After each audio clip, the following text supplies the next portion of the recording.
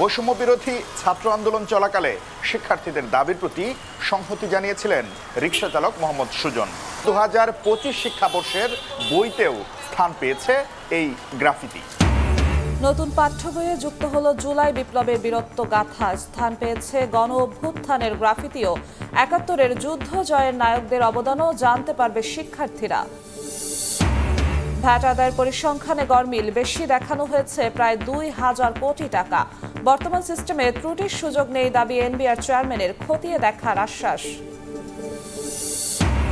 দেশে ফিরলেন আরব আমিরাতে ক্ষমা পাওয়া আরও ২৭ বাংলাদেশি। দ্রুত পুনর্বাসনের দাবি। জুলাই অভ্যুত্থানের সমর্থনে বিক্ষোভ করে হয়েছিলেন দণ্ডিত। উত্তরের জনপদে শীতের দাপট, আগে ভাগেই ঠান্ডা পড়ায় বিপাকে মানুষ।